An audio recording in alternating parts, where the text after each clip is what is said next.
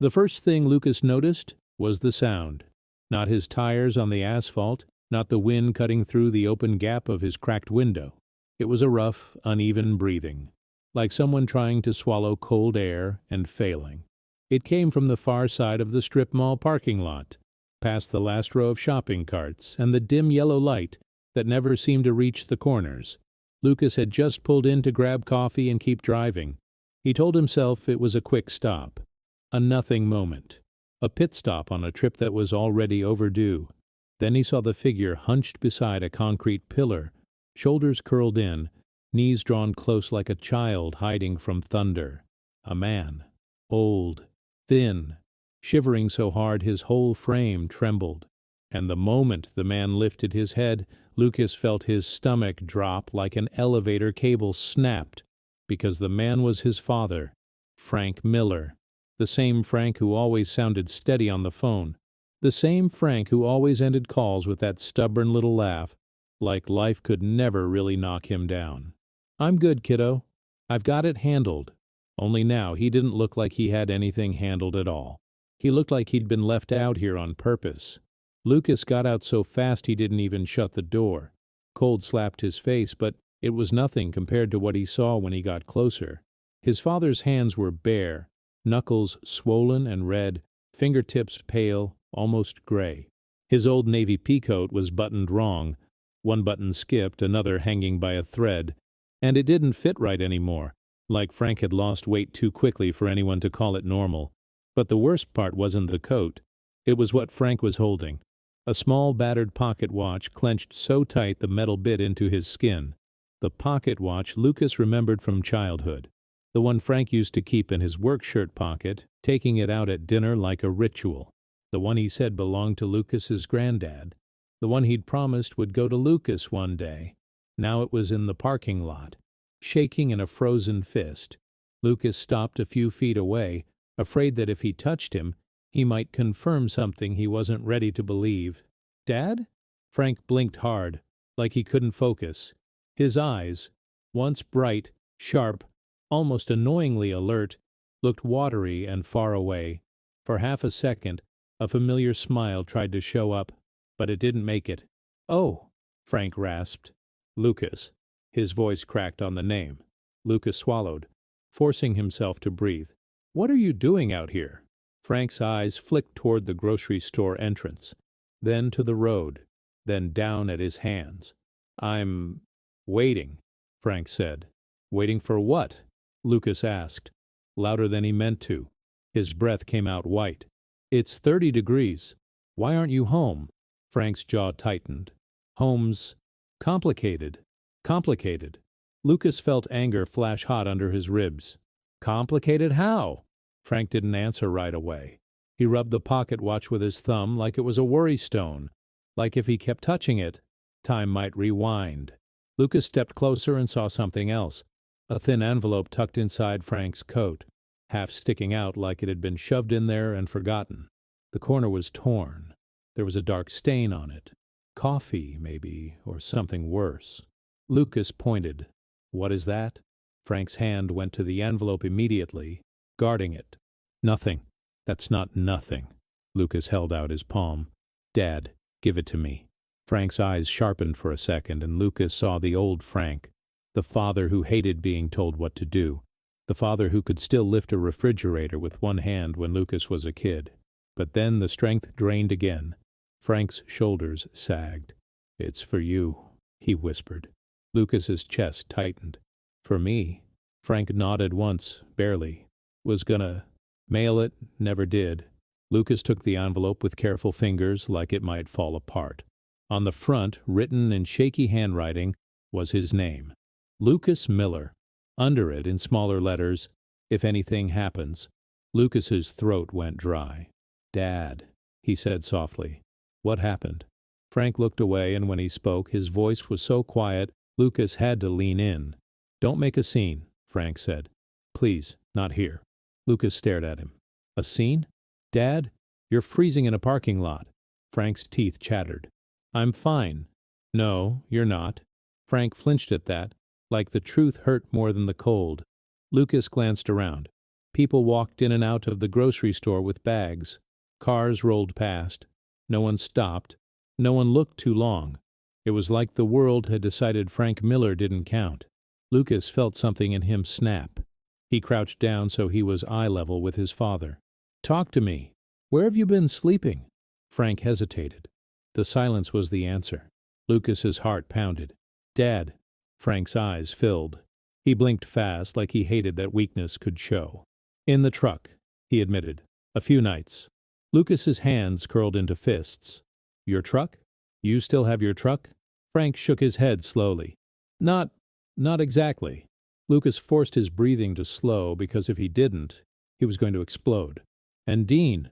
Lucas asked, already knowing the name would matter. "Where's Dean?" Frank's face tightened, and for a moment there was fear there. Real fear. "Don't," Frank whispered. Lucas leaned closer. "Dad, what did Dean do?" Frank swallowed hard. His eyes flicked toward the grocery store again, like he expected someone to appear, someone to stop him from answering. "I don't want revenge," Frank murmured. "I want respect."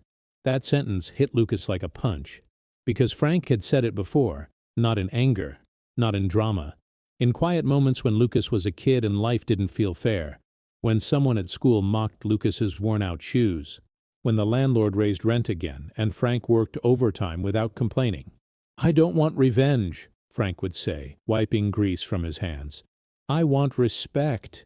That's the only thing you can carry without it weighing you down." Lucas had forgotten how much those words mattered. Now his father was repeating them in a freezing parking lot like a prayer. Lucas stood up, scanning the lot again, suddenly seeing everything. The security camera on the corner of the building. The dumpsters. The dark spaces between parked cars. Who puts an old man out here and sleeps at night? Lucas looked back down at Frank. "We're leaving. Right now." Frank shook his head quickly. "No. Lucas, it'll get worse." "Worse than this?" Lucas snapped, then caught himself and lowered his voice. "Dad, I'm not leaving you here." Frank's hand tightened around the pocket watch. "They'll come." "They?" Lucas repeated. Frank didn't answer. And in that moment, Lucas understood something that made his blood run cold. Whatever had happened, it wasn't just bad luck. It was planned. It was controlled. And his father was scared of the people who controlled it. Lucas swallowed, forcing himself to keep his voice steady. "Listen to me," he said, crouching again. "I'm your son. I'm here. And I'm not going anywhere until you tell me the truth." Frank stared at him, eyes trembling with something that looked like shame. Lucas had never seen his father ashamed. Frank finally whispered, "They said you wouldn't come." Lucas's stomach twisted. "Who said that?" Frank's lips barely moved. "Dean's wife. Kendra." Lucas felt his heartbeat slam in his ears, because Kendra had always been polite, smiling, helpful, the kind of person who brought store-bought cookies to family gatherings and acted like she cared. Lucas had trusted her. He had trusted Dean, too, his younger brother, the one who stayed in town, the one Lucas always told himself would be there for Dad. Lucas looked at the envelope in his hand again. If anything happens, his fingers shook now. "Dad," Lucas said, "how long has this been going on?" Frank didn't answer. He just stared at the pocket watch, and Lucas realized his father was fighting himself, fighting the urge to protect Lucas, even now, even while freezing. That's when Lucas knew the mystery wasn't just why Frank was in a parking lot, it was why he had let it happen without calling for help, and who had made him believe he deserved it. Before Lucas could speak again, a car door slammed somewhere behind them. Lucas turned sharply. A dark SUV had pulled into the lot, slow and deliberate, like it knew exactly where it was going. It parked 3 spaces away. The engine stayed running, and Lucas felt the air shift, like the cold had suddenly gained teeth. Frank's face went pale. He whispered, almost too quiet to hear, "They're here." Lucas's stomach dropped. Who was they? And what were they about to do when they saw Lucas standing beside his father? If you're still with me right now, tap like and subscribe, because what Lucas finds out next isn't just cruel. It's the kind of betrayal that can destroy a family from the inside. And tell me in the comments where you're watching from. What city? What state? What country? Because I want to know how far this story is traveling. And I want you to think about the last time you checked on someone who swore they were fine. Lucas stood still as the SUV's window rolled down. A woman's voice called out, sweet as sugar and sharp as glass. "Frank," she said. "There you are." Lucas's blood ran cold, because he knew that voice. Kendra. She leaned out slightly, her hair perfect, her lipstick bright, like she was headed to brunch, not hunting down an old man shivering behind a grocery store. "Oh," she added, seeing Lucas now. Her smile widened. "Well, look who finally decided to show up." Frank flinched like he'd been slapped. Lucas stepped forward, keeping his voice calm. "What's going on?"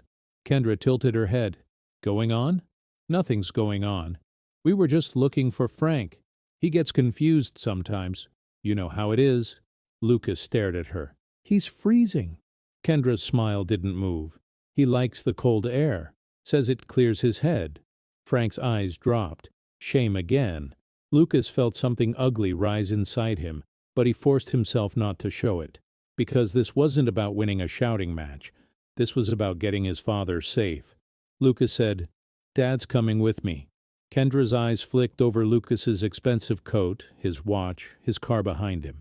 She looked him up and down like she was calculating. Then she sighed dramatically. "Lucas, you can't just swoop in.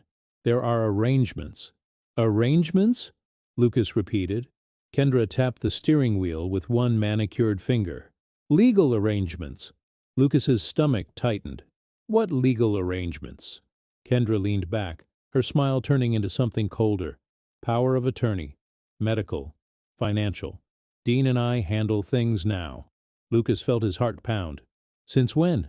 Kendra's tone stayed light. "Since your father asked us to. He didn't want to burden you. You're so busy in Chicago."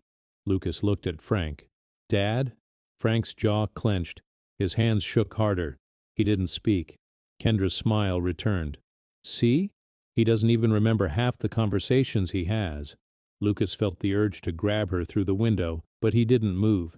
He just said, "If you have power of attorney, why is he sleeping in a parking lot?" Kendra's eyes narrowed slightly, like Lucas had asked the wrong question. "He's not sleeping in a parking lot," she said smoothly. "He wandered off. Again. We're fixing it." Lucas stared at her. "Fixing it how?" Kendra's gaze flicked to Frank. "Frank, honey, tell Lucas. Tell him you agreed to the facility, that you don't want to live alone anymore." Frank's breathing got rough again. His fingers crushed the pocket watch. Lucas watched his father's throat move like he was swallowing words. Finally Frank whispered, barely audible, I didn't have a choice." Kendra's smile froze for a fraction of a second. Lucas caught it, and that tiny crack told Lucas everything he needed to know. He turned back to Kendra. "Back up," he said, voice low. "Right now." Kendra blinked innocently. "Excuse me?" Lucas stepped closer to the SUV. "You're not taking him anywhere." Kendra laughed softly. "Lucas, don't be dramatic. Dean will explain. Dean's at the office." "What office?" Lucas asked. Kendra's eyes glittered.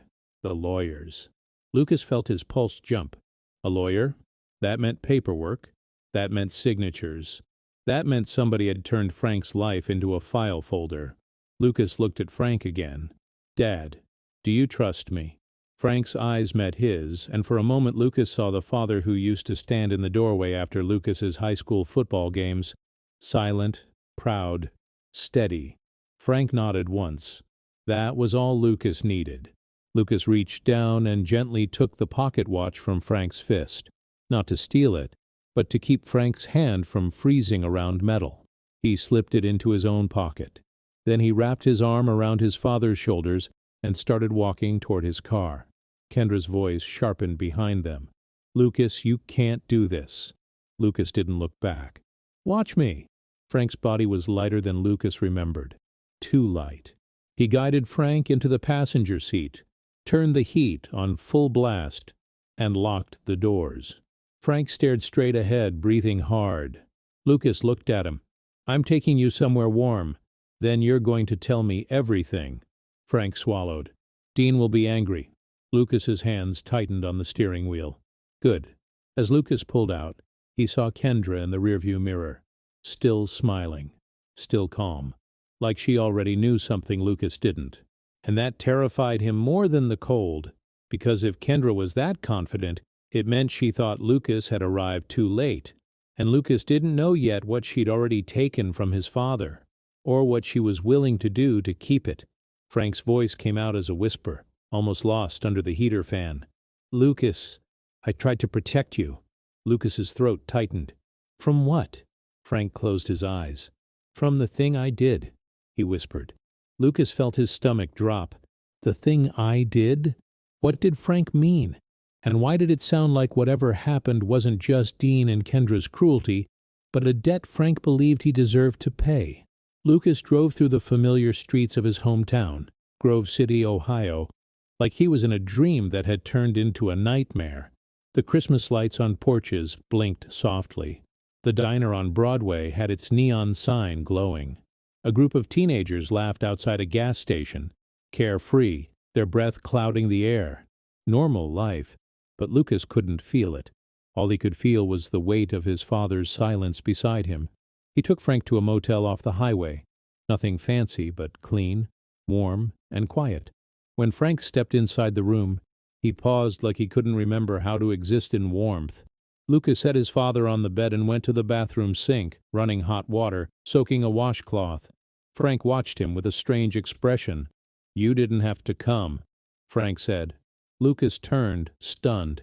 Dad, what are you talking about? Frank's eyes dropped. I didn't want you to see me like this. Lucas walked back and knelt in front of him, gently pressing the warm cloth to Frank's hands. Frank flinched at the heat at first, then sighed as feeling returned. Lucas's voice shook. I didn't want you to be like this. Frank's eyes filled again. You have your life, and you're my father, Lucas said. That's not a past tense thing. Frank swallowed, staring at the wall like the truth was too heavy to face head on. Lucas pulled the envelope from his pocket and placed it on the bed between them. If anything happens, Lucas read out loud. Dad, what is this? Frank stared at it, his face tightening. That was for when I couldn't hold it in anymore, Frank whispered.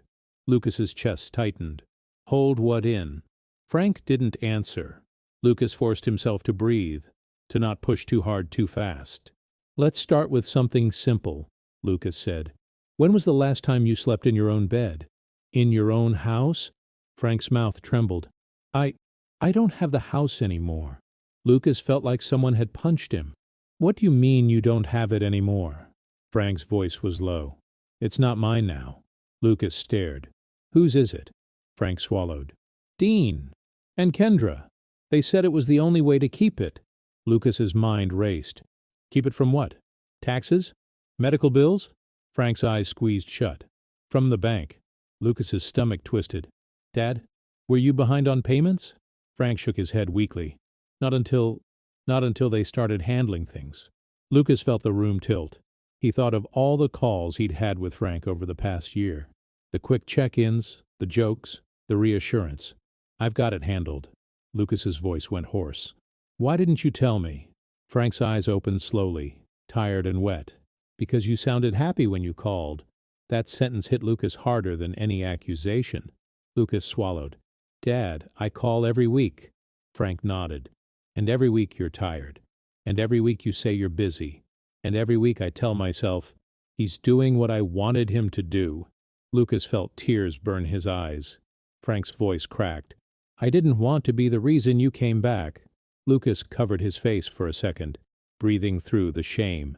Because in that moment he realized how far distance could stretch without breaking, until one day it snapped all at once. Lucas lowered his hands and looked at his father again. Tell me about the power of attorney, Lucas said. Frank tensed. I didn't sign it. Lucas froze. You didn't sign it. Frank's eyes darted away. They said I did. They said it was my signature. Lucas's stomach turned. That wasn't just manipulation. That was fraud. Lucas leaned forward. Dad, look at me. Did you ever go to a lawyer with Dean and Kendra? Frank hesitated, then nodded slowly. Once. Lucas's heart pounded. When? A few months ago, Frank whispered. Dean said it was paperwork for the house. Just in case. He said it was to protect me. Lucas clenched his jaw. And? Frank's voice shook. I didn't understand half of it. I asked questions. The lawyer. He kept looking at Dean instead of me. Lucas felt anger boil. And Kendra? Lucas asked. Frank swallowed. Kendra kept saying, just sign, Frank. This is normal. This is what families do. Lucas's fists clenched. Did you sign anything? Frank's shoulders slumped. I signed a paper that said Dean could help me pay bills. That's what they told me. Lucas's mind raced. A limited POA? Or something broader? Did you read it? Lucas asked. Frank gave a bitter little laugh. Lucas, I'm not a lawyer. I can fix an engine blindfolded, but I can't read legal language. Lucas closed his eyes, fighting the urge to punch the wall. Then Frank whispered, and then the money started disappearing. Lucas opened his eyes. What money? Frank's voice was thin. My pension. My savings. The little bit your mom left. Lucas's throat tightened at the mention of his mom. Frank continued. I'd go to the bank and they'd say, your balance is low. I'd say, that's impossible. Lucas swallowed. And Dean? Frank's lips tightened. Dean would say, Dad, you forgot you paid for the furnace. Dad, you forgot you paid for the roof. Dad, you forgot you donated to the church. Lucas stared. Did you? Frank shook his head slowly. No. Lucas felt sick. Frank whispered, I started writing things down. Like a fool. Lucas leaned in. Writing what down? Frank hesitated, then reached into his coat pocket and pulled out a small worn notebook. The cover was cracked. The pages were bent. Frank placed it on the bed like it was evidence. Lucas opened it carefully. Inside were dates, amounts, notes in Frank's handwriting. $2,300, care invoice, not mine. $500, pharmacy, never picked up. $100, attorney fee. Dean said normal. $3,000, cash withdrawal. Teller said Kendra. Lucas's hands trembled. This wasn't confusion. This was a man trying to hold on to reality while someone rewrote it around him. Lucas looked up. Dad, why didn't you call me when you realized? Frank swallowed hard. Because they told me you'd think I was losing it. Lucas's chest tightened. Who told you that? Frank whispered. Kendra. Lucas's blood ran cold again. That was the first mini-twist, and it landed like a brick. This wasn't just Dean being careless or greedy. This was someone deliberately isolating Frank, someone using fear as a leash. Lucas flipped another page in the notebook and saw something that made his stomach drop. A name. Caldwell Senior Living. Under it. Tour scheduled. Dean insists. Lucas looked at Frank. They were trying to put you in a facility? Frank nodded slowly. They said it was temporary. Lucas's jaw clenched. And you didn't want to go. Frank's eyes filled. I didn't want to leave the house. Your mom's picture is there. Your height marks are on the doorframe. That place is my life. Lucas swallowed hard. So, what happened? Frank stared at the notebook like he couldn't bear to say it. Then he whispered, They made it impossible to stay. Lucas leaned in. How? Frank's voice cracked. They shut off the heat. Lucas froze. What? Frank's eyes squeezed shut. The furnace was fine. I could have fixed it. But the gas bill, they stopped paying it. Lucas's heart hammered. And you didn't notice? Frank let out a bitter breath. Of course I noticed. I called the company. They said the account holder canceled service. Lucas's stomach turned. The account holder? Frank whispered. Dean. Lucas clenched his fists so hard his nails bit his palms. Frank continued. Then the lights went out. Then the water. And Dean would come by with a smile and say, Dad, this is why you can't be alone. Lucas's vision blurred with rage. And when I finally said I'd call you, Frank whispered, Kendra said, she said she'd show you the thing I did. Lucas froze. The thing you did, Lucas repeated slowly. Dad, what does that mean? Frank stared at him, pain and shame twisting his face. He whispered, It's why I thought I deserved it. Lucas felt the room go still. Because the deepest cruelty isn't just taking someone's money. It's convincing them they've earned the pain. Lucas's voice softened. Dad, whatever you did, you don't deserve to freeze in a parking lot. Frank's lips trembled. You don't know what I did. Lucas leaned closer, eyes locked on his father's. Then tell me. Frank stared at the envelope again, like it was both a confession and a warning. Finally, with shaking hands, he slid the envelope toward Lucas. Open it, Frank whispered. Lucas hesitated, then carefully tore it open. Inside was a folded letter, and beneath the letter, a photocopy of an old police report. Lucas's stomach dropped. A police report? He unfolded it slowly. His eyes scanned the page. His breath caught. It was dated over 25 years ago, and his father's name was on it. Frank Miller. Lucas's hands shook harder. The report mentioned an accident, a fire, a man injured. Lucas looked up at Frank, stunned. Dad, Lucas whispered. What is this? Frank's eyes filled, and when he spoke his voice was barely a breath. It's the reason Dean hates me, Frank said. Lucas felt his heart pound. Because suddenly, the mystery wasn't just about money. It was about something buried, something old, something Dean had been waiting to punish Frank for. And Lucas realized he had no idea who his father truly was when Lucas wasn't watching. Frank swallowed. When your mom was alive, I tried to keep it from you. Lucas stared at the report again, his mind racing. What happened? Lucas asked. Frank's voice cracked. I made a mistake. Lucas whispered. What mistake? Frank stared at the floor, shame heavy in his posture. I left a space heater on, Frank whispered. In the garage. I was working late. Your mom called me inside. Dean was still in high school. He had friends over. Lucas's stomach clenched. Frank continued. The heater tipped. Something caught. The fire spread fast. One of Dean's friends. He got trapped for a minute. He survived, but he was burned. Lucas felt sick. Frank's eyes squeezed shut. I blamed myself. Dean blamed me. That family blamed me. The lawsuit? It nearly ruined us. Lucas's mind flashed to childhood memories. Mom stressed. Dad working overtime. Bills on the table. He hadn't known why. Frank whispered, Your mom stayed. She forgave me, but Dean never did. Lucas's throat tightened. Dad, that was an accident. Frank looked up, eyes wet. Tell that to a kid who watched his friends scream. Lucas swallowed hard, and then it clicked. Dean wasn't just greedy, he was resentful. He had a story in his head that Frank was the reason his life was smaller than he wanted. And Kendra had learned how to turn that resentment into profit. Lucas felt the cold settle deeper in his bones, because now he could see it. This wasn't sudden. This was slow revenge dressed up as responsibility, and Lucas hadn't been there to stop it. Frank's voice trembled. Kendra said if I told you anything, she'd send you that report. She'd tell your company. She'd tell your neighbors. She said she'd make you look like the son of a reckless man. Lucas stared at him, stunned. You believed her, Lucas whispered. Frank's eyes filled. I didn't want your life touched by my mistake. Lucas's throat tightened. That was the second mini-twist. Frank hadn't stayed silent because he didn't care.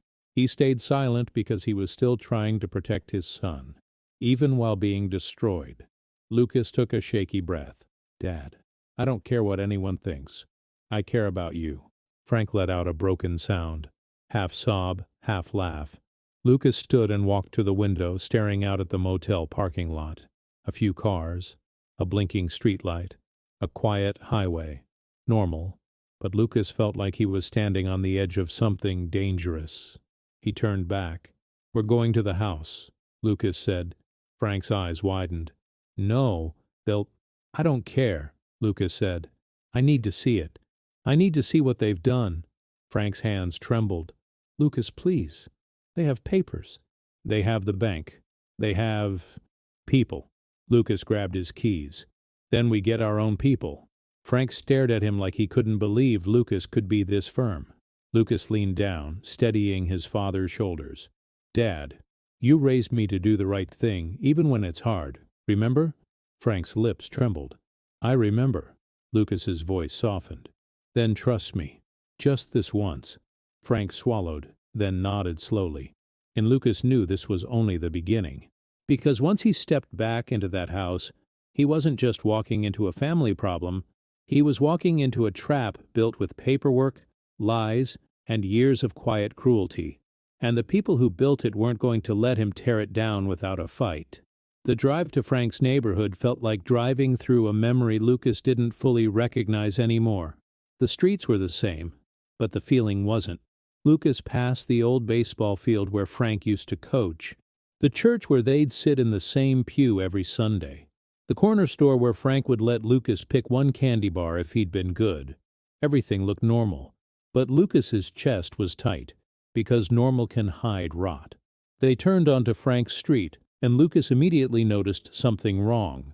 Frank's porch light was off. That porch light was always on. Frank used to say it made the house look like it was waiting for you. Now it looked like it was giving up. Lucas pulled into the driveway and stopped. The house looked tired. The lawn was overgrown. The shutters were crooked. The mailbox leaned. But the real punch came when Lucas saw the front door. A bright orange notice was taped to it. Final notice. Lucas's throat went dry. He got out, walked up the steps, and read it. It was from the county. Notice of eviction. Proceedings. A date was circled. 2 weeks from now. Lucas's hand shook. He turned to Frank. They're evicting you. See, Frank stood behind him, shoulders slumped. They said it was the only option. Lucas looked at his father, anger and heartbreak crashing together. Dad, you built this house. Frank's voice was small. I know. Lucas ripped the notice off the door like it burned him. Then he tried the handle. It was locked. He looked at Frank. Where's your key? Frank hesitated, then patted his pockets. Nothing. Frank whispered. Dean took it. Lucas's jaw clenched. Of course he did. Lucas walked around to the side of the house and tried the back door. Locked. He peered through the window. The furniture was there, but something felt wrong. It was sparse, like someone had already started taking pieces away. Lucas heard footsteps behind them. He turned. An older woman in a puffy coat stood on the sidewalk, staring. Mrs. Haskins, their neighbor. She used to give Lucas cookies when he was a kid. She used to call Frank Han and scold him for not wearing gloves. Now she looked nervous. Lucas, she said, voice shaky. Is that you? Lucas stepped toward her. Mrs. Haskins, what's going on? Why is there an eviction notice on my dad's door? Mrs. Haskins glanced at Frank, then back at Lucas.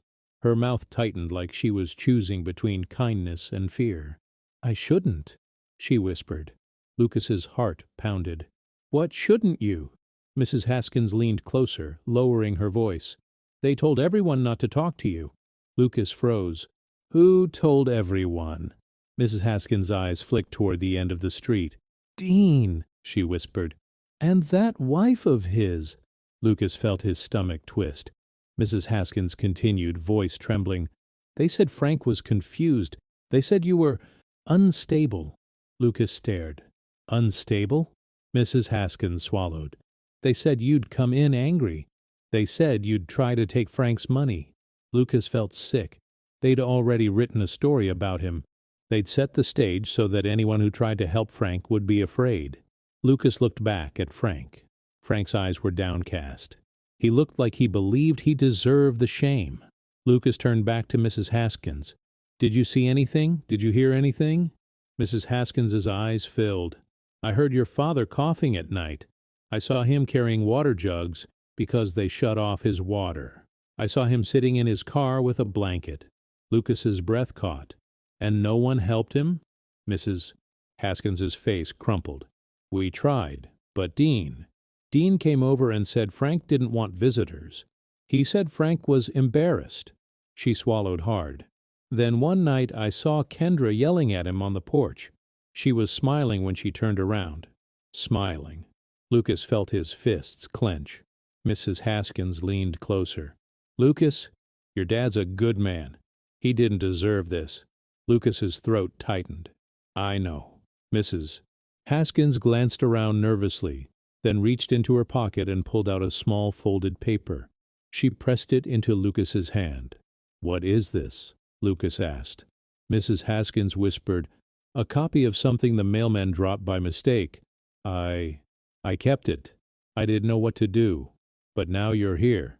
Lucas unfolded it. It was a bank notice. Mortgage modification request. Approved. Approved. Lucas's mind raced. If it was approved, why was there an eviction notice? Lucas looked up sharply. This was approved. Why is the house being taken? Mrs. Haskins's voice shook. I don't know, but I know Dean went to the bank the next day. Lucas felt a cold wave move through him. He stared at the paper again, seeing something else at the bottom. A signature line. Account holder. Frank Miller. But the signature looked wrong. Too smooth. Too steady. Lucas's mouth went dry. He looked at Frank. Dad, did you sign this? Frank stared at it, then slowly shook his head. No, Frank whispered. Lucas's heart slammed. That was proof. Not enough to win yet, but enough to show a pattern. Lucas tucked the paper into his coat. He turned to Frank. We're going to the bank. Frank's eyes widened. Lucas, they'll know. I want them to know, Lucas said. Because Lucas was done being polite. He was done letting his father be erased quietly. They drove to the small local bank branch Frank had used for years. As they walked in, Lucas felt eyes on them immediately. A teller glanced up and froze. Her face paled. Lucas recognized her from childhood. Jenny something. She used to give him lollipops. Now she looked like she wished she could disappear. Lucas stepped up to the counter. I need to speak to a manager. Jenny's hands trembled. Sir, manager, Lucas repeated, calm but firm. Jenny swallowed and disappeared through a door. Frank stood beside Lucas, shoulders hunched, eyes down. Lucas leaned closer. Dad, stand up straight. Frank looked at him, startled. Lucas whispered, You don't have to look guilty for being robbed. Frank's eyes filled. A man in a suit appeared. Late 40s, tired eyes. He forced a polite smile. Mr. Miller, he said, looking at Frank. We weren't expecting you today. Lucas stepped forward. I'm Lucas Miller, Frank's son, and I want to know why my father is being evicted when his mortgage modification was approved. The manager's smile faltered. He glanced at Frank, then back at Lucas. We have documentation. Lucas pulled out the approval notice Mrs. Haskins gave him. This documentation? The manager's face tightened. Where did you get that? Lucas held his gaze. Answer the question. The manager swallowed. Mr. Miller, your brother, Dean, has been handling these matters. Lucas's voice stayed even. My father didn't authorize fraud. The manager flinched. We don't have evidence of fraud. Lucas leaned in. Then show me the signature. Show me the footage. Show me who signed what and when. The manager's eyes darted toward a hallway. We can't just... Lucas cut him off, still calm. Yes, you can. Or you can explain to the police why you refused when presented with evidence of identity misuse. The word police shifted the air. Frank's breathing got faster. The manager swallowed. Let's go to my office. Inside the office, the manager pulled up Frank's account on a computer, hands shaking slightly. Lucas watched every movement. The manager cleared his throat. Your father's mortgage payment account was changed to auto draft from a secondary account. Lucas's jaw clenched. Secondary account? The manager nodded. An account created under the same household. Lucas felt his stomach twist. Dean opened an account in my father's name. The manager hesitated. We have paperwork that shows your father authorized it. Lucas leaned forward. Show me. The manager opened a digital file. A scanned document appeared. Lucas stared. It was Frank's name. But the signature, it looked like a practiced imitation. Lucas glanced at Frank. Frank's face went pale. That's not mine, Frank whispered. Lucas pointed. There, that's fraud. The manager swallowed. It was notarized. Lucas's eyes narrowed. By who?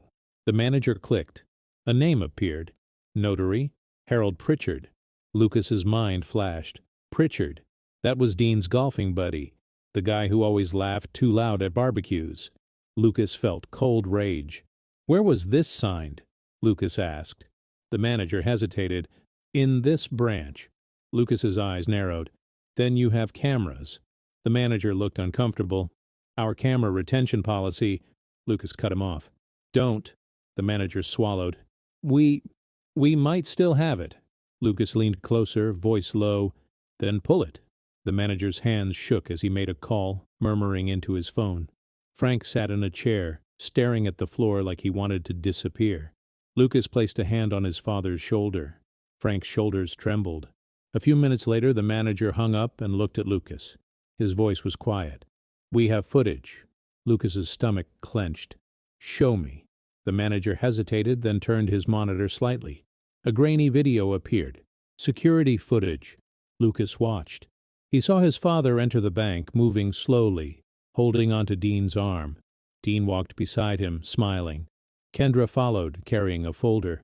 They led Frank into a small room, this office. Then the footage angle changed. Lucas saw Frank sitting in a chair, looking confused. Dean leaned close, talking fast. Kendra placed papers down. Then, this part made Lucas's hands shake. Frank tried to stand. Dean pressed him back down with one hand on his shoulder. Not violent enough to look like assault, but controlling. Kendra pointed to a line. Frank stared, hesitated.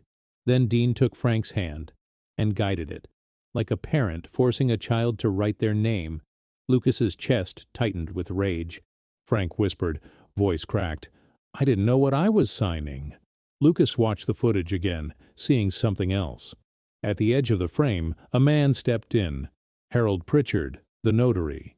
He didn't speak much. He just stamped. Approved. Sealed. Legal. Lucas felt sick. Because this wasn't just family betrayal. It was coordinated. And it had been done right under fluorescent lights while everyone pretended it was normal. Lucas turned slowly to the manager. You let this happen. The manager's face went pale. Mr. Miller, Lucas held up a hand. Don't excuse it. Tell me one thing. The manager swallowed. What? Lucas leaned in. Where did the money go? The manager hesitated. We have outgoing transfers. Lucas's voice stayed steady. To where? The manager clicked through the account history. Lucas watched the screen. Transfers. Large ones. To a company called... Lucas's stomach dropped. Caldwell Senior Living. Then more. To a legal firm. Then cash withdrawals. Then a transfer labeled Property Management. Lucas's jaw clenched. Property management? For what property? The manager hesitated. A rental unit. Lucas stared. Dean and Kendra have been using my father's money to pay their own bills. The manager's eyes dropped. It appears so. Frank's breathing turned ragged. Lucas looked at his father. Dad, we're getting this fixed. Frank's eyes filled. They'll destroy you. Lucas's voice was calm. They can try. Because now Lucas had something he didn't have before. Proof. Footage. A pattern. A trail. And Lucas knew the next step wasn't just a family argument. It was war, with paperwork. And the scariest part? Dean and Kendra would still smile while they did it. As they left the bank, Lucas's phone buzzed. A text. From Dean. Where are you? Lucas stared at it. Then another text came in. Kendra says you took Dad. Lucas's jaw clenched. Then the third text. You don't understand what you're messing with. Lucas felt a chill that had nothing to do with weather. Because Dean wasn't asking. Dean was warning. Lucas got Frank back into the car, locked the doors, and started driving. Frank's hands trembled in his lap. Dean's going to come, Frank whispered. Lucas's eyes stayed on the road. Let him. Frank swallowed. Lucas, he's not the same boy you remember. Lucas's throat tightened. Neither am I. But Lucas knew something else too. Dean wasn't the only threat. Because if Dean and Kendra had been able to move money, forge signatures, and push eviction paperwork, they hadn't done it alone. There would be institutional people, lawyers, administrators, people who could hide behind policy, and Lucas was about to meet them. The next morning, Lucas took Frank to a clinic first. Not because Frank wanted to go, because Lucas needed documentation. Frank's hands were still swollen, his cough sounded deep, his skin looked sallow. The nurse asked questions gently. Frank answered softly, minimizing everything. Lucas watched it happen, the way older people shrink their pain to avoid being a burden. When the doctor stepped out, Lucas followed him into the hallway. "My father has been neglected," Lucas said quietly. "He's been without heat, without proper medication, without stable housing." The doctor's face tightened. "Do you have reason to believe abuse?" Lucas swallowed. "Yes." The doctor nodded slowly. "Then I'm obligated to report." Lucas's chest tightened. Good. Because Lucas needed the system to see what the family had refused to see. Frank sat in the exam room, staring at his hands like he was ashamed of them. Lucas sat beside him. "Dad," he said softly, "this isn't your fault." Frank's voice cracked. "I should have fought." Lucas shook his head. "You did fight. You wrote things down. You survived." Frank's eyes filled. "I'm tired." Lucas's throat tightened. "I know." That night, Lucas didn't go back to the motel. He went to the house.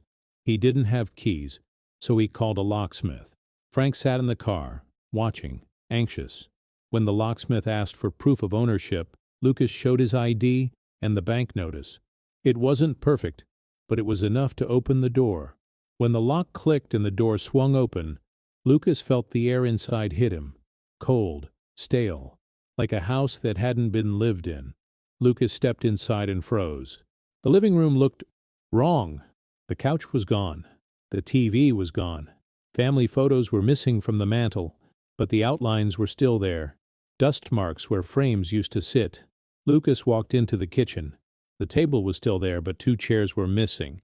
The pantry was nearly empty. The fridge smelled faintly sour. Lucas's chest tightened. This wasn't just theft, this was erasure. He turned and saw Frank standing in the doorway, eyes wide, breathing fast. Frank stepped inside slowly, like he was walking into a grave. His eyes moved around, taking in the missing pieces. He swallowed hard. "They took your mom's dishes," Frank whispered, voice breaking. Lucas felt rage surge. Frank walked to the counter and touched a bare spot where a ceramic cookie jar used to sit. His hands trembled. "They said they were helping me downsize," Frank whispered. Lucas's voice was low. "They were robbing you." Frank flinched, then nodded. Lucas looked around and noticed something else. The door frame by the hallway. Lucas's height marks were there, in pencil, some faded, some sharp. Frank stared at them, eyes filling. "You were so proud when you passed me," Frank whispered. Lucas's throat tightened. Then Lucas saw a small scrap of paper on the floor near the trash. He picked it up. It was a receipt from a storage unit. Unit number 218, paid through March. Lucas's eyes narrowed. "Dad," Lucas said softly, "did they move your stuff to storage?"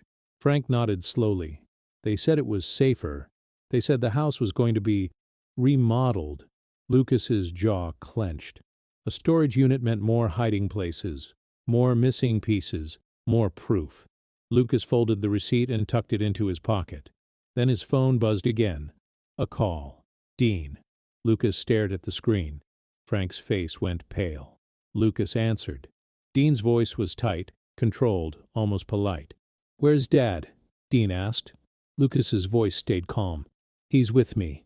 Dean exhaled slowly. "Lucas, don't do this." "Don't do what?" Lucas asked. "Stop you from freezing our father in a parking lot." Dean's voice hardened. "He wandered off." Lucas laughed once, bitter. "I saw the bank footage." Silence.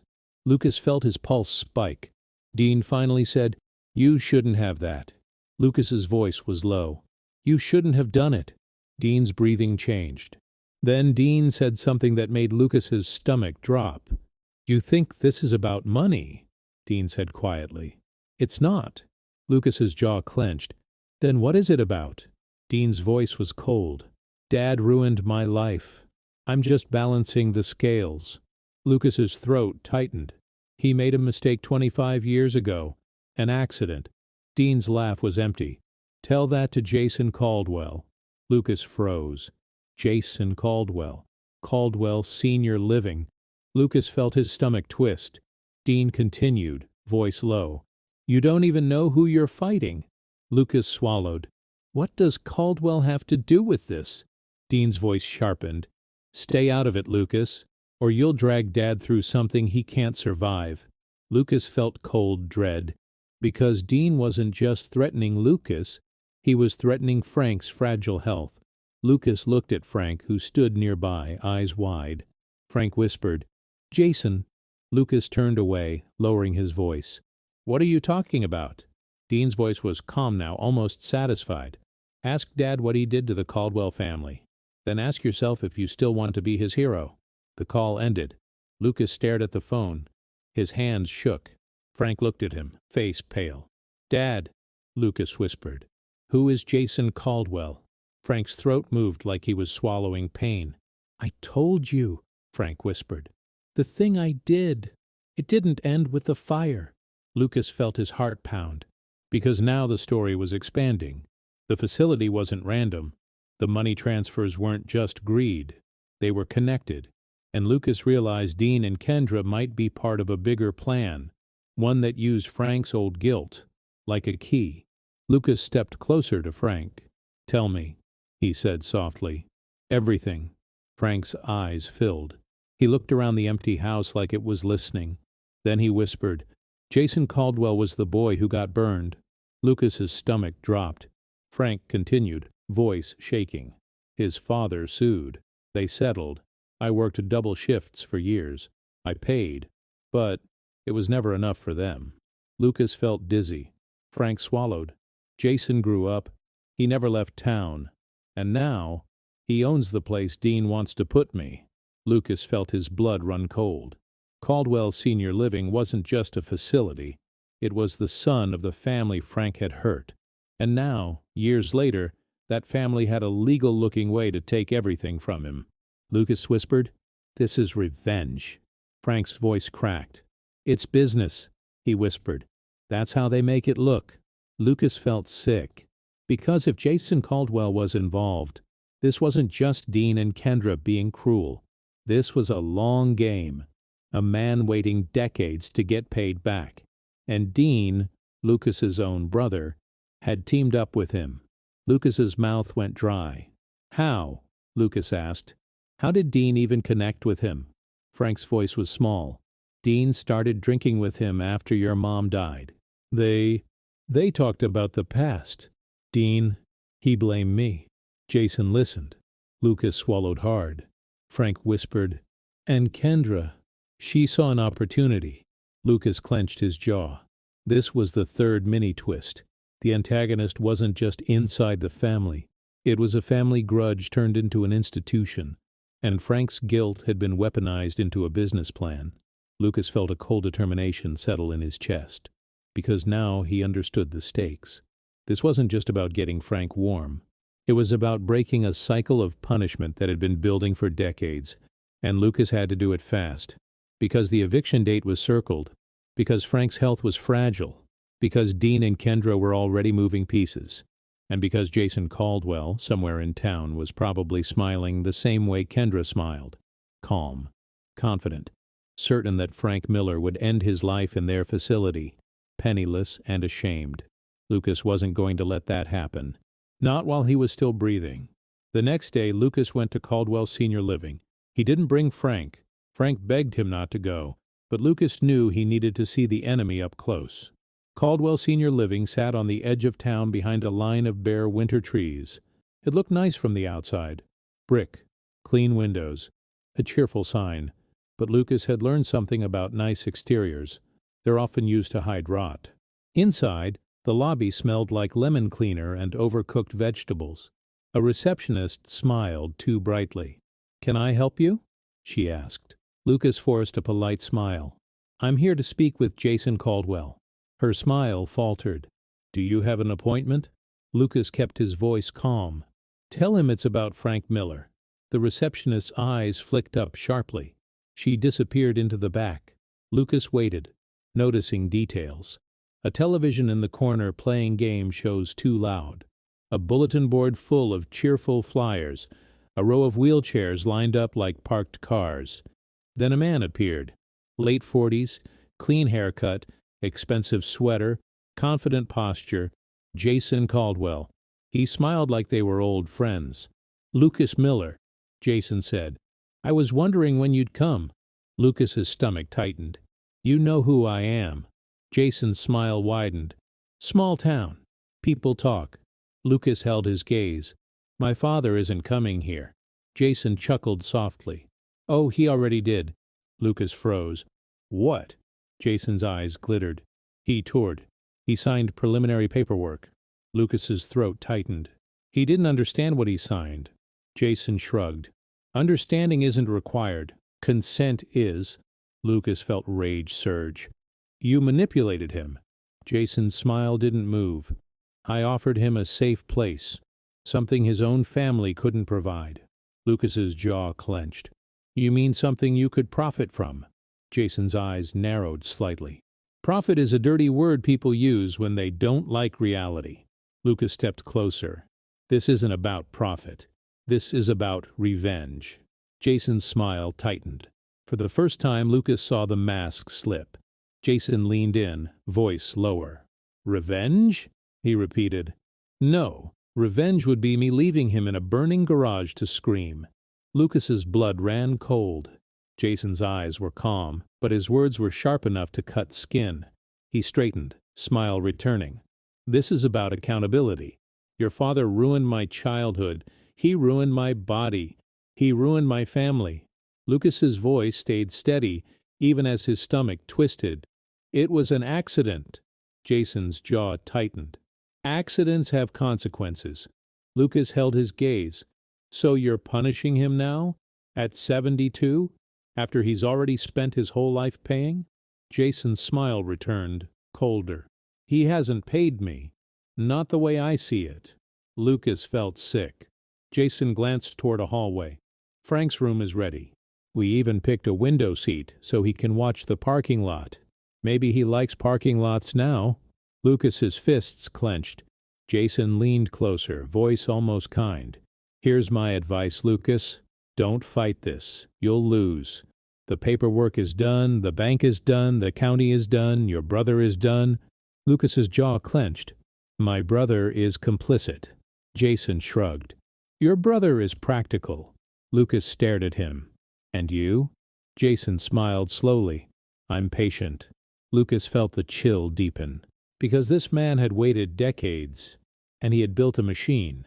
A machine with smiling receptionists and lemon cleaner and stamped papers. A machine designed to swallow Frank Miller whole and spit out a quiet death. Lucas took a slow breath. "You're not getting him," Lucas said. Jason's smile stayed. "You think you can buy your way out?" Lucas's eyes narrowed. "This isn't about buying." Jason tilted his head. "Then what is it about?" Lucas's voice was calm and firm. "It's about respect." Jason's eyes flicked, almost annoyed. Lucas turned and walked out without another word. But as he reached the doors, Jason called out behind him, voice smooth. "Oh, Lucas," he said. "Ask your father what else he forgot to tell you. Ask him about the night of the fire. And the thing he did afterward." Lucas froze. His chest tightened. What else? Frank had already confessed the accident. What could be worse? Lucas walked out into the cold, heart pounding. Because now he knew there was another layer, another truth. And whatever it was, Jason Caldwell thought it would break Lucas's loyalty. Lucas drove straight back to the motel and found Frank sitting on the bed, staring at his hands. Frank looked up when Lucas walked in. "Did you go?" Frank asked. Lucas nodded. Frank's face tightened. "What did he say?" Lucas sat down slowly. "He said you forgot to tell me something." Frank's eyes widened. Frank whispered, "No." Lucas leaned in, voice soft but firm. "Dad, what is it?" Frank shook his head, breathing fast. "It doesn't matter." Lucas's jaw clenched. "It matters if someone is using it to destroy you." Frank's eyes filled. "Lucas, please." Lucas swallowed hard. "Dad, I'm not here to judge you. I'm here to save you. But I can't fight shadows. I need the whole truth." Frank's lips trembled. He looked away, staring at the wall like it was safer than Lucas's eyes. Finally, he whispered, "After the fire, the insurance company came." Lucas nodded. "Okay." Frank swallowed hard. "They said the payout wouldn't cover everything. They said we'd lose the house." Lucas's chest tightened, remembering the years of stress. Frank continued, voice cracking. "Your mom was crying. Dean was furious. And I panicked." Lucas's heart pounded. "Dad!" Frank's eyes squeezed shut. "I lied." Lucas froze. "You lied about what?" Frank's voice was barely a whisper. "I told them the heater was faulty. I told them it was defective." Lucas's stomach dropped. Frank whispered, "It wasn't. It was mine. My mistake. But if I admitted it, the claim would have been denied, and we would have lost everything." Lucas sat frozen, breath shallow. Frank continued, voice shaking. "They paid out. We kept the house. But it was insurance fraud." Lucas felt his chest tighten. Frank looked at him, eyes wet. "I've carried that for years. I told myself I did it for you, for your mom. But it was still wrong." Lucas swallowed, trying to breathe. Frank whispered, "Dean found out when he was older. He found the old paperwork. He said I built our life on a lie." Lucas's mind raced. Now it made sense. Jason Caldwell had leverage. Dean had resentment. Kendra had opportunity. They weren't just punishing Frank for an accident. They were punishing him for a secret. And they were using it as a weapon to silence him. Frank's voice cracked. "Kendra said if I fought them, she'd report it. She said I'd be arrested. She said you'd be humiliated." Lucas felt a heavy sadness settle. His father had carried guilt like a chain, and the people around him had used it like a leash. Lucas took a slow breath and reached for Frank's hands. Frank flinched, then let Lucas hold them. Lucas's voice was steady.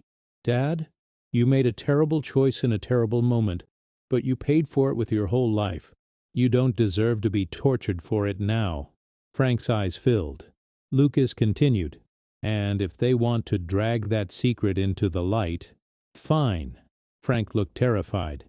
"Lucas!" Lucas leaned closer, eyes locked. "I would rather face the truth with you than let you die in shame." Frank's lips trembled. "They'll ruin you." Lucas shook his head. "I'm not the one who should be ashamed." Frank's shoulders shook with quiet sobs.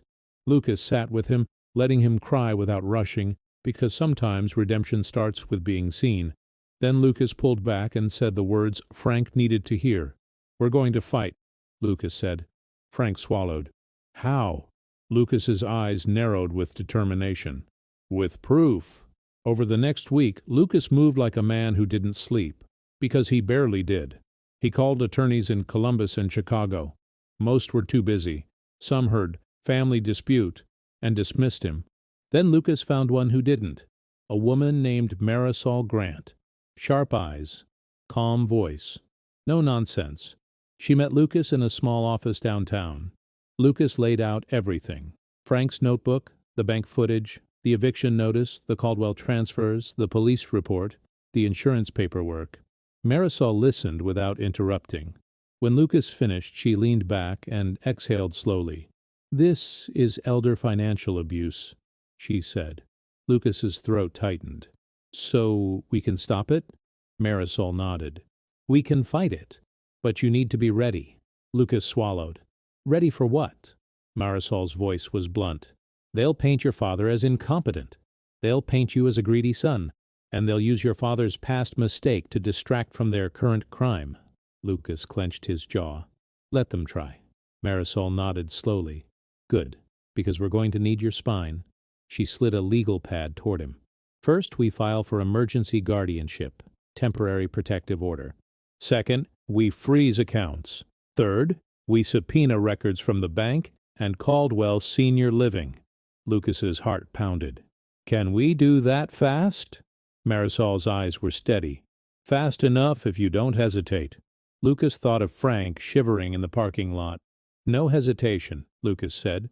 Marisol nodded. "Then we need witnesses." Lucas thought of Mrs. Haskins, the bank manager, the doctor who reported. "We have witnesses," Lucas said. Marisol's gaze sharpened. Then we need the final piece. Lucas frowned. What final piece? Marisol tapped Frank's notebook. Proof that your father did not consent. Proof that he was coerced. Lucas swallowed. The footage shows Dean guiding his hand. Marisol nodded. It helps, but we need something stronger. Something undeniable. Something that makes a judge angry. Lucas felt his stomach twist. What could be stronger than that? Marisol's eyes were calm. A recording. Lucas froze. Frank had mentioned audio before. Proofs. Messages. Lucas remembered something. Frank's old flip phone. Frank always carried it, even though Lucas had offered to buy him a smartphone. Lucas stood up abruptly. Dad has voicemail. Marisol nodded. Find it. Lucas drove back to the motel, heart pounding. Frank sat in a chair staring at the TV without really watching. Lucas sat beside him. Dad, do you still have your phone? Frank blinked. Yeah. Lucas held out his hand. Can I see it? Frank hesitated, then handed it over. Lucas scrolled through old voicemails. Most were junk. Then he found one saved, marked with a little star. Lucas's heart pounded. Dad, Lucas whispered. What is this? Frank's face tightened. I saved it because I thought, maybe someday. Lucas clicked play. Kendra's voice filled the room. Not sweet, not polite, cold. Frank, listen to me, Kendra said. If you call Lucas, I swear to God I will ruin him. I will send the report to his company. I will tell everyone you're a fraud. And I will make sure you end up in Caldwell where you belong. Lucas's blood ran cold. Kendra continued, voice sharp. You think you can fight? You can't. You're old, you're alone, and no one believes you. If you sign the papers, we can keep this quiet. If you don't, you will freeze. Do you understand me? The voicemail ended with a click. Silence filled the room. Frank stared at the floor, trembling. Lucas sat frozen, mouth dry. Because that was it. That was the proof Marisol meant. Coercion. Threats. A plan. Lucas looked at Frank slowly. Dad, why didn't you show me this? Frank's voice cracked. Because I was ashamed. Lucas's throat tightened. Ashamed of what? Being threatened? Frank's shoulders shook. Of being weak. Lucas swallowed hard. He leaned closer and said quietly, You're not weak. You're human. Frank's eyes filled. Lucas stood, gripping the phone like it was a weapon. Because in a way, it was. That voicemail wasn't just evidence. It was a window into Kendra's real face. Lucas sent the voicemail to Marisol. Then he sat back down and held Frank's hand. We're going to use this, Lucas said. Frank whispered, They'll hate me. Lucas's voice was steady. They already do, and you still deserve respect. 2 days later, Dean showed up at the motel. Lucas saw his brother through the window first. Standing outside in the cold, hands in his jacket pockets, jaw tight. Dean looked older than Lucas remembered. Harder. Like life had carved sharp edges into him and he'd decided to use them as armor. Kendra stood beside him. Hair perfect, lips smiling, eyes cold. Lucas's stomach turned. Frank saw them too and froze like prey. Lucas stood in front of Frank instinctively. He opened the door but didn't step aside. Dean forced a smile. Hey, man. Lucas stared at him. Don't hey, man, me. Dean's jaw tightened. Where's Dad? Lucas held his gaze. Safe. Kendra leaned in, smiling.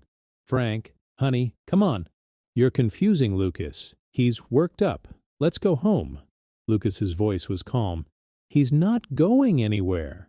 Kendra's smile sharpened. Lucas, you're not his guardian. Lucas nodded slowly. Not yet. Dean's eyes narrowed. What does that mean? Lucas stepped aside just enough for Dean to see Frank behind him. Frank sat in a chair, hands trembling, eyes wide. Dean's face softened for half a second, then hardened again. Dad, Dean said, voice controlled. You're making things difficult. Frank flinched. Lucas stepped forward. Stop. Dean's eyes flicked to Lucas. This is between me and him. Lucas's voice stayed steady. No, it's between you and the law now. Kendra's smile faltered slightly. Excuse me? Lucas held up Frank's phone. "We have your voicemail." Kendra's face froze, just for a second. But Lucas saw it. Dean turned sharply. "What voicemail?" Lucas looked at Dean. "The one where your wife threatens to ruin me and promises my father will freeze if he doesn't sign papers." Dean's jaw clenched. "That's—" Lucas cut him off. "We also have bank footage." Dean's eyes flashed. Kendra's voice turned syrupy again. "Lucas, you're misunderstanding. Frank gets emotional. He takes things the wrong way." Lucas stared at her. "You told him he'd freeze." Kendra's smile faded. Her eyes narrowed. "Frank? Did you tell him that? After everything we did for you?" Frank's shoulders trembled. Lucas stepped closer to Kendra, voice low. "Don't you dare speak to him like he owes you." Dean's face tightened. "Lucas, you don't get it. Dad can't live alone." Lucas nodded. "Then why did you shut off his heat?" Dean flinched. Kendra snapped. "We didn't shut off anything. He forgot to pay." Lucas's voice stayed calm. "We have the utility account cancellation. Dean's name." Dean's face went pale. Silence stretched. Then Dean's voice dropped, cold. "You're really doing this?" Lucas held his gaze. "Yes." Dean's jaw clenched. "Fine." Dean stepped forward, eyes locked on Frank. "Dad, look at me." Frank lifted his eyes slowly, trembling. Dean's voice was low and sharp. "You told me once a man has to live with what he's done. Remember that?" Frank swallowed, eyes wet. Dean continued, "I've lived with your mistake my whole life. And now you want Lucas to come in and save you like you're some hero?" Frank's voice cracked. "Dean, I'm sorry." Dean's eyes flashed. "Sorry doesn't fix scars." Kendra's voice turned sweet again. "Dean, honey, it's okay. Frank's confused. Let's just take him." Lucas stepped forward instantly. "No." Dean's eyes narrowed. "Move." Lucas's voice stayed calm. "Try." For a moment, it felt like the room was going to explode. Then Frank spoke. Quiet, shaking, but clear. "I'm not going with you," Frank said. Dean froze. Kendra's smile snapped. "Frank!" Frank's voice trembled, but he forced it out. "I'm tired of being scared." Lucas's throat tightened. Dean stared at Frank like he couldn't believe it. "You're choosing him," Dean said, voice bitter. Frank's eyes filled. "I'm choosing respect." Kendra's eyes turned hard. "Fine." She looked at Lucas, voice cold. "We'll see you in court." Lucas held her gaze. "Good." Dean looked at Lucas one last time, something like grief flickering behind his anger. Then he turned and walked away. Kendra followed, still calm, still smiling. But Lucas saw her hands. They were shaking, because Kendra wasn't used to losing control. And Lucas knew what came next. When manipulators lose control, they escalate. The court hearing came fast. Marisol filed emergency motions. The judge scheduled an expedited hearing within days. Lucas sat beside Frank in the courtroom, feeling Frank's hand tremble against his. Dean sat on the other side with Kendra and a lawyer, Harold Pritchard, the notary. Lucas felt rage flare.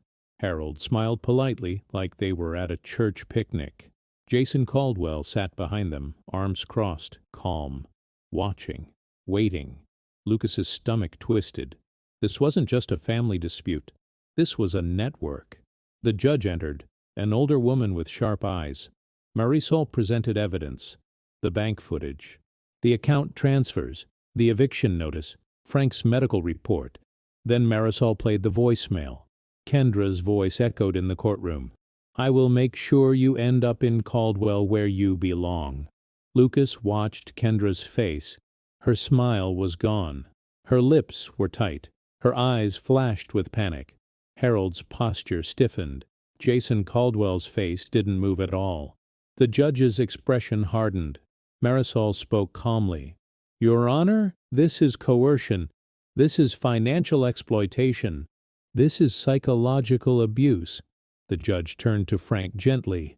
"Mr. Miller," she said, "do you understand what's happening?" Frank's voice shook.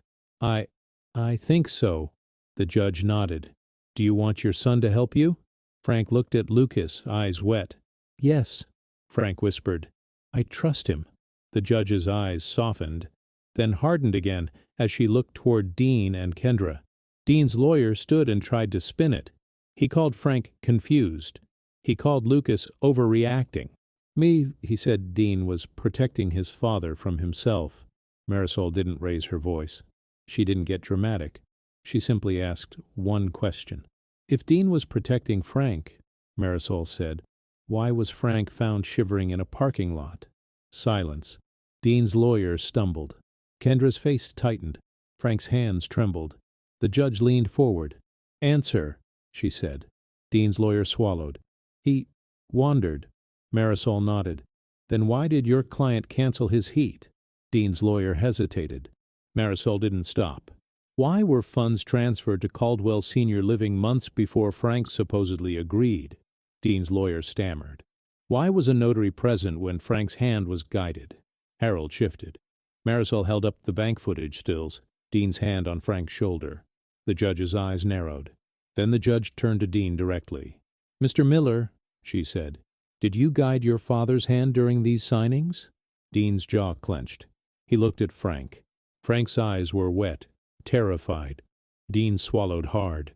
Then, in a voice filled with bitter honesty, Dean said, he didn't know what he was signing. The courtroom went still. Kendra turned sharply. Dean? Dean didn't look at her.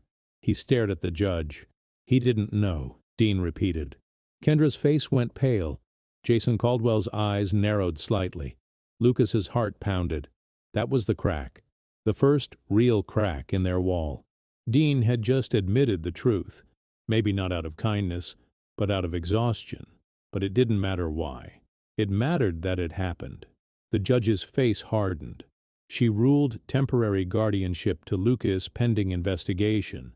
She ordered accounts frozen. She ordered no contact from Dean and Kendra until further review.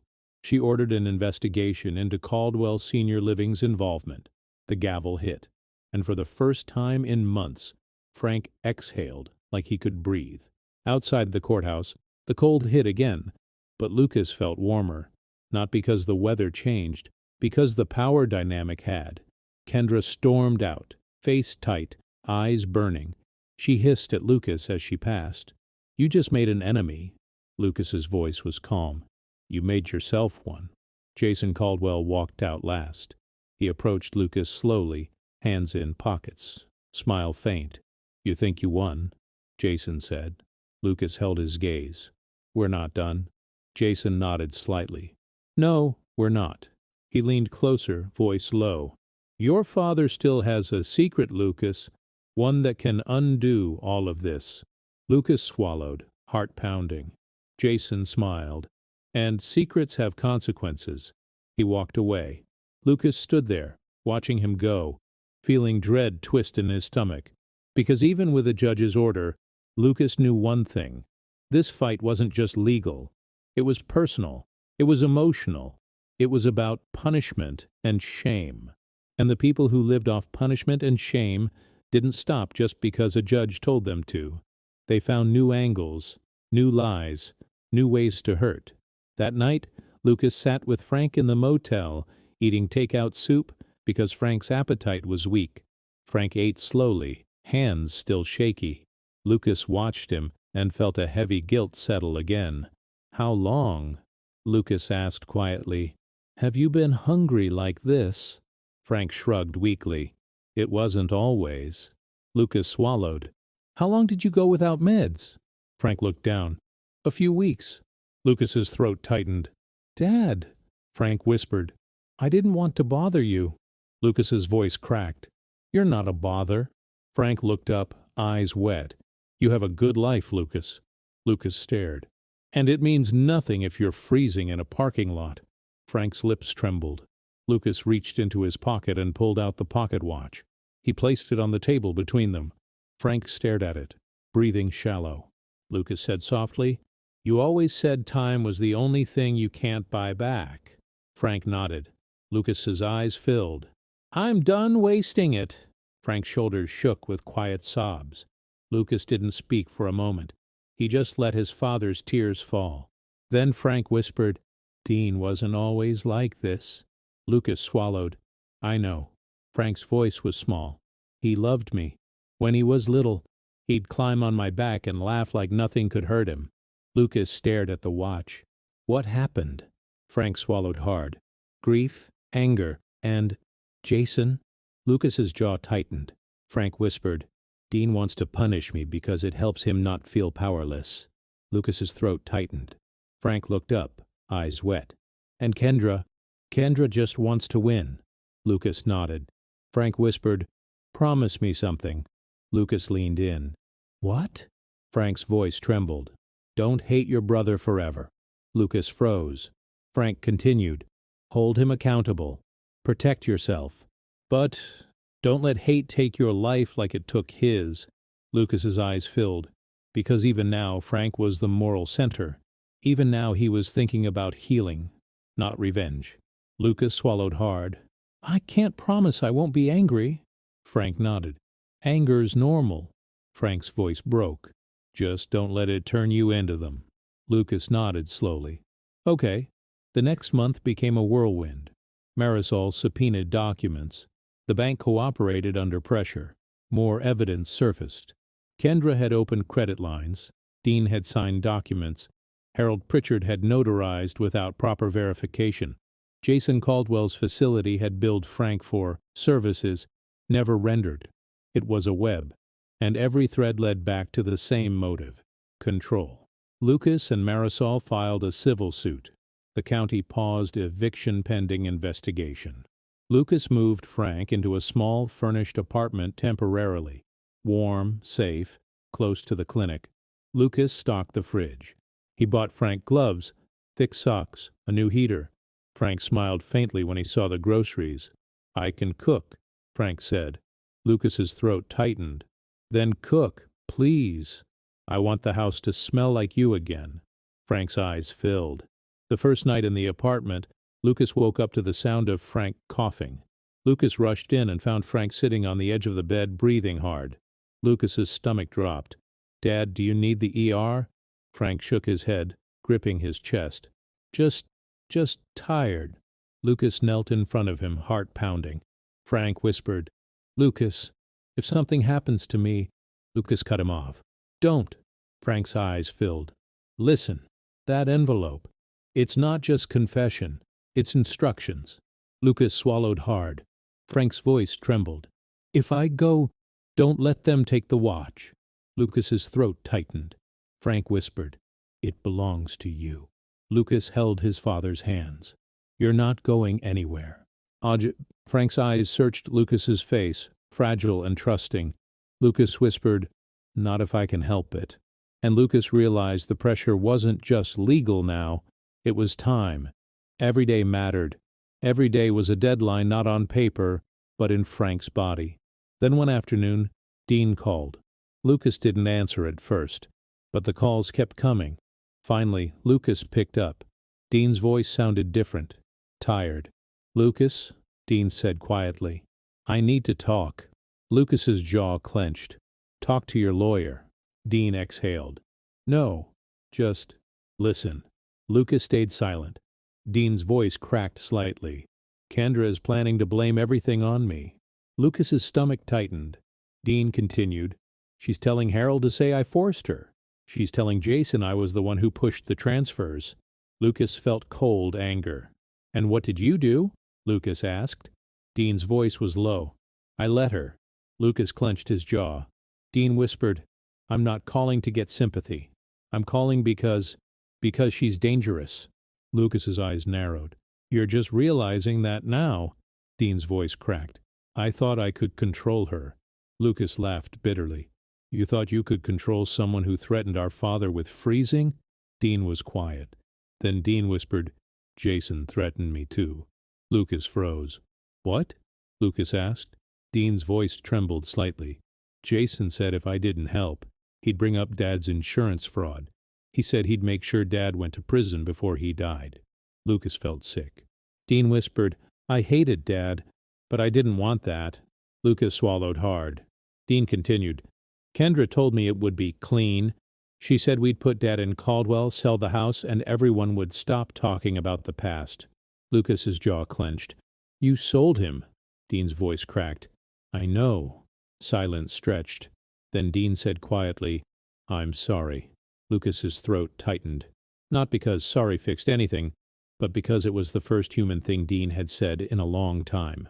Lucas's voice stayed firm. "Sorry doesn't fix Dad's hands." Dean inhaled sharply like he'd been punched. "I know," Dean whispered. Lucas's jaw clenched. "So what do you want?" Dean's voice was low. "I want out." Lucas's eyes narrowed. "Out how?" Dean swallowed. "I'll testify." Lucas froze. "You'll testify?" Lucas repeated. Dean whispered, "Against Kendra. Against Harold. Against Jason." Lucas's heart pounded, because that could change everything, but Lucas didn't trust it yet. "Why now?" Lucas asked. Dean's voice cracked. "Because I saw Dad in that parking lot, too." Lucas froze. "You saw him?" Dean whispered. "I drove by. I was looking for him, and I saw him shaking." Dean's voice broke, and for a second, he looked like the man who taught me how to ride a bike. Lucas's throat tightened. Dean continued, "And I realized I'd become the thing I hate." Lucas swallowed hard. Lucas's voice was calm. "If you testify, you do it because it's right, not because you want to save yourself." Dean whispered, "Both can be true." Lucas stared at the wall, thinking. Then he said, "We'll talk to Marisol." Dean exhaled, shaky. "Okay." Lucas ended the call and sat still, because he knew what this was. This was the calm before the storm. This was the moment right before the final confrontation, when everyone chooses who they really are, and Lucas had to choose carefully, because bringing Dean in could help, or it could be another trap. A week later, Marisol arranged a formal deposition. Dean came in alone, no Kendra. His face was pale, his hands shook slightly. He sat across from Marisol and Lucas and told the truth. He admitted he guided Frank's hand. He admitted he canceled utilities. He admitted Kendra threatened Frank. He admitted Jason Caldwell offered him a deal. Help get Frank into the facility, and Jason would forget the past. He admitted Harold Pritchard notarized without verifying. He admitted Kendra opened accounts. He admitted cash withdrawals were hers. And when Marisol asked why he did it, Dean's voice cracked. "Because I wanted Dad to feel what I felt," Dean whispered. Lucas felt his chest tighten. Dean continued, "But when I saw him shaking, I didn't feel satisfied. I felt sick." Marisol nodded slowly. "Do you understand you may face criminal charges?" Dean swallowed. "Yes." Marisol's eyes were steady. "Then why are you doing this?" Dean's eyes filled. "Because," Dean whispered, "I'm tired of being a monster." Lucas sat silent, heart heavy. When the deposition ended, Dean looked at Lucas. His eyes were wet. "Is Dad okay?" Dean asked. Lucas's jaw clenched. "He's alive." Dean flinched. Lucas didn't soften it, because Dean needed to feel the weight. Dean swallowed. "Can I see him?" Lucas stared at him. Frank's voice echoed in Lucas's head. "Don't hate your brother forever." Lucas swallowed. "I'll ask Dad," Lucas said.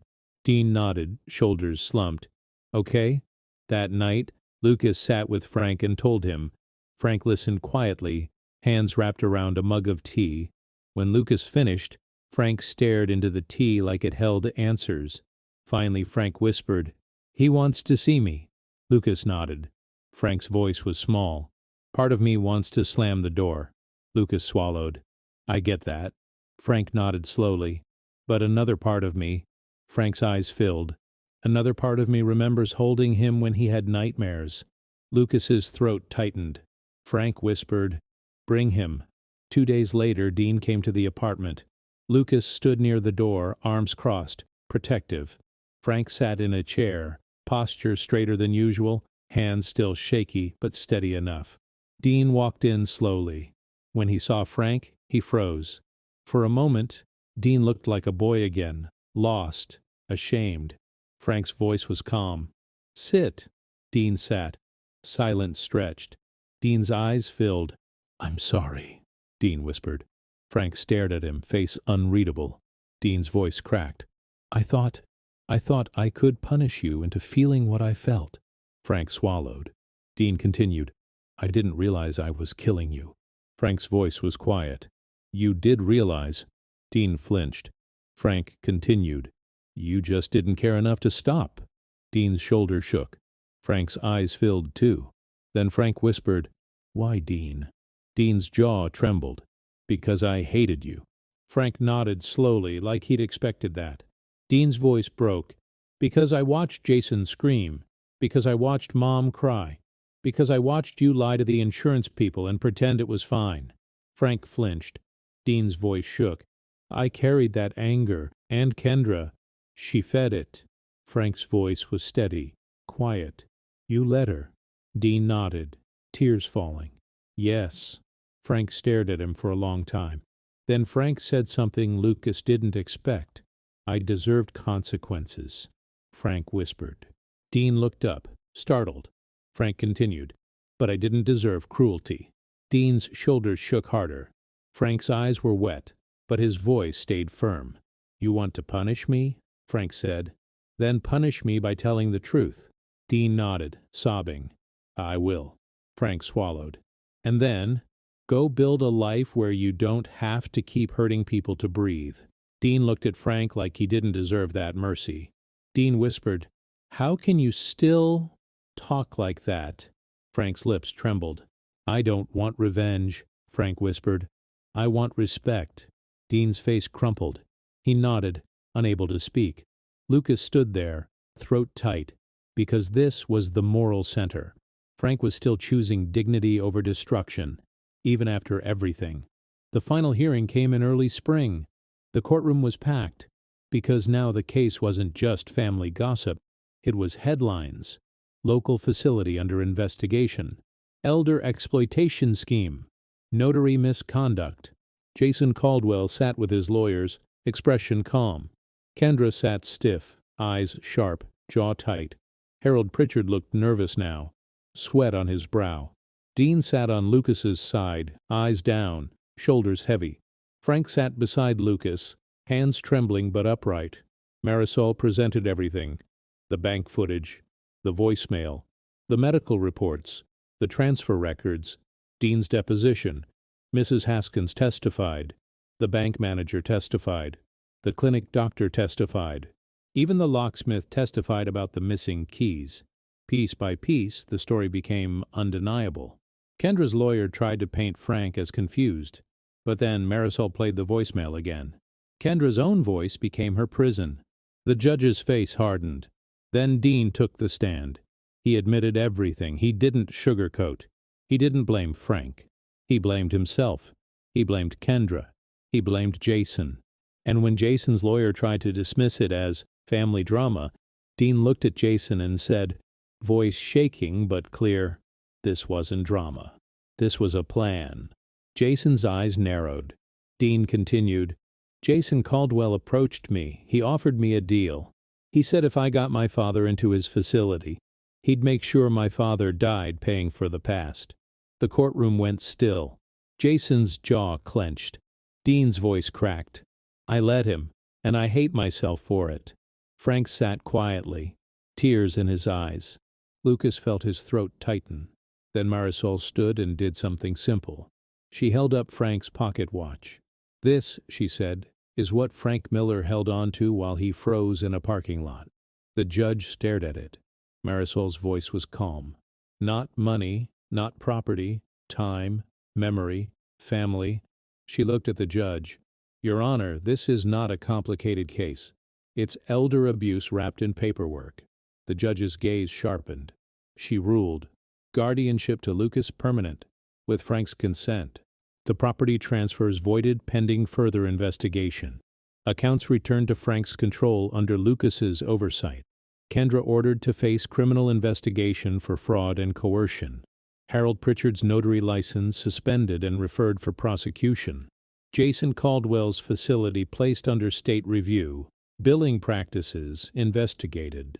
The gavel hit, and this time it felt like justice. Kendra's face twisted with rage.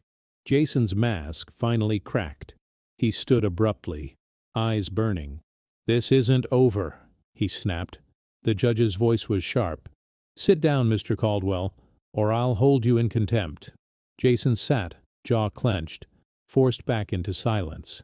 Outside the courthouse, the air was warmer now. Spring sunlight hit the pavement. Frank stood on the steps, blinking like he hadn't felt sunlight in a long time. Lucas stood beside him, steady. Reporters asked questions. Lucas didn't give speeches. He simply said one sentence.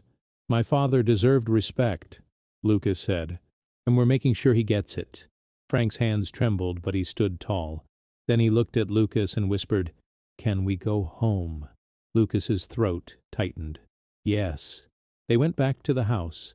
With legal orders and locksmiths and movers, Lucas brought Frank's belongings back. He found the missing photo frames in the storage unit. He found Frank's old tools. He found his mom's dishes. He found the ceramic cookie jar wrapped in newspaper like trash. Lucas carried it into the kitchen and set it on the counter. Frank stared at it and pressed a trembling hand to his mouth. Lucas felt tears rise. Frank whispered, "Your mom's jar." Lucas nodded. Then Lucas and Frank worked together. Not fast, not perfect, but steady. They cleaned. They painted. They fixed the porch light. They mowed the lawn. Neighbors came by. Quiet at first, then more openly. Mrs. Haskins brought cookies again, crying when she hugged Frank. The church brought meals. The diner owner waved and said, "Glad you're back, Frank." Frank smiled, faint but real. Lucas installed a new furnace, a security system, cameras, and a keypad lock.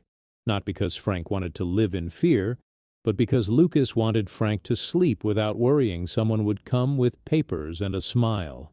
One night, Lucas and Frank sat at the kitchen table. The house smelled like chili and cornbread. The porch light glowed warm through the window. Rain tapped softly against the glass. Frank sipped tea, hands still shaky, but warmer now. Lucas set the pocket watch on the table between them. Frank looked at it. Lucas said softly, "You ready?" Frank swallowed, eyes wet. "Yeah." Lucas slid it toward him. "It's yours." Frank shook his head. "No." Lucas frowned. "Dad," Frank pushed it back gently, "it's always been yours. I just held it until you came back." Lucas's throat tightened. Frank whispered, "Time brought you home." Lucas felt tears slip down his face. Frank smiled faintly. "Don't waste it." Lucas nodded, wiping his face. A few months later, Lucas did something bigger than repairs. He created a trust in Frank's name, Frank Miller Respect Fund. Not huge, not flashy, but real. It helped seniors in town pay utility bills, buy medications, fix furnaces, get legal advice, so no one had to freeze quietly in shame. Lucas partnered with the clinic, the church, and even the bank, under new compliance rules, to create a hotline for elder financial abuse. Frank didn't want attention. He hated cameras. But when Lucas asked him to come to the first community meeting, Frank surprised him. Frank stood in front of a small crowd at the community center, hands trembling, voice quiet. "I don't want revenge," Frank said. "I want respect." The room went silent. Frank continued, "If you see someone getting smaller, don't assume they want to be invisible." People wiped tears. Lucas watched from the side, heart full, because his father, once shivering in a parking lot, was now standing in warm light, speaking truth. And that was the real justice, not just punishing villains, but restoring dignity. One evening, months later, Lucas drove up to the house after work. The porch light was on. The window glowed warm. Inside, Frank was at the stove stirring a pot, humming softly. Lucas stepped in and smelled food. Real food. Home. Frank turned, smiling faintly. "You're late." Lucas grinned. "Traffic." Frank shook his head, playful. "Excuses." Lucas laughed, then paused, eyes catching the height marks on the doorframe. They were still there. Proof of years. Proof of growth. Proof of time that hadn't been erased. Lucas had a framed photo on the mantel. Frank and Lucas standing together in front of the house, both smiling, porch light glowing behind them. Frank watched, eyes wet. Lucas whispered, "You belong here." Frank's voice trembled. "So do you." Outside, rain fell softly. But inside, the house was warm. The table was set. The light was steady, and for the first time in a long time, Frank Miller wasn't afraid of the dark. He was just living. Lucas looked at the pocket watch on the counter and felt something settle in him. A promise, a lesson, a legacy. Because sometimes the biggest redemption isn't a dramatic revenge.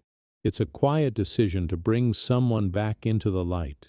So let me ask you something. Have you ever believed someone when they said they were fine, only to find out later they were barely surviving? Tell me in the comments. What's the one sign you wish you had noticed sooner? And if you want more stories like this, stories about family, sacrifice, injustice, and the kind of redemption that feels real, subscribe because the next one is waiting, and it might hit even closer to home.